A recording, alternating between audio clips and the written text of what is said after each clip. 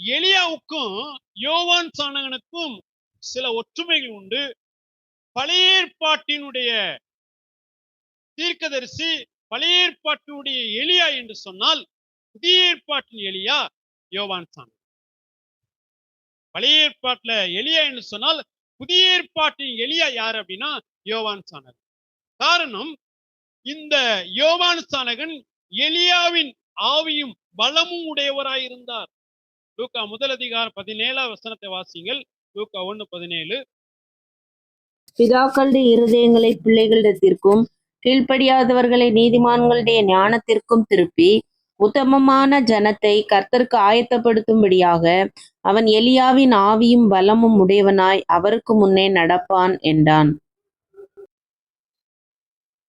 பழைய ஏற்பாட்டின் எலியா எவ்வளவு வைராக்கியம் உள்ளவரோ அதே வைராக்கியத்தின் ஆவியை உடையவர் தான் யோவான் சாணகன். இந்த எலியாவுக்கு யோவான் சாணகனுக்கும் ஒரே ஒரு வித்தியாசம் உண்டு. என்ன வித்தியாசம்? எலியா பழைய ஏற்பாட்டில் 7 அற்புதங்களை செய்தவர். யோவான் சாணகன் ஒரு அற்புதத்தையும் செய்யல.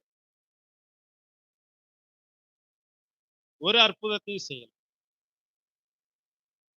இயேசுவுக்கும் யோவான் சாணகனுக்கும் நிறைய ஒற்றுமை உண்டு.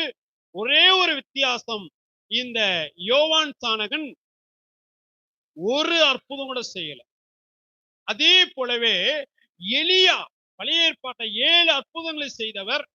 ஆனால் புதிய ஏற்பாட்டின் எலியாவா இருக்கிற யோவான் சாணகன் ஒரு அற்புதம் கூட செய்யல.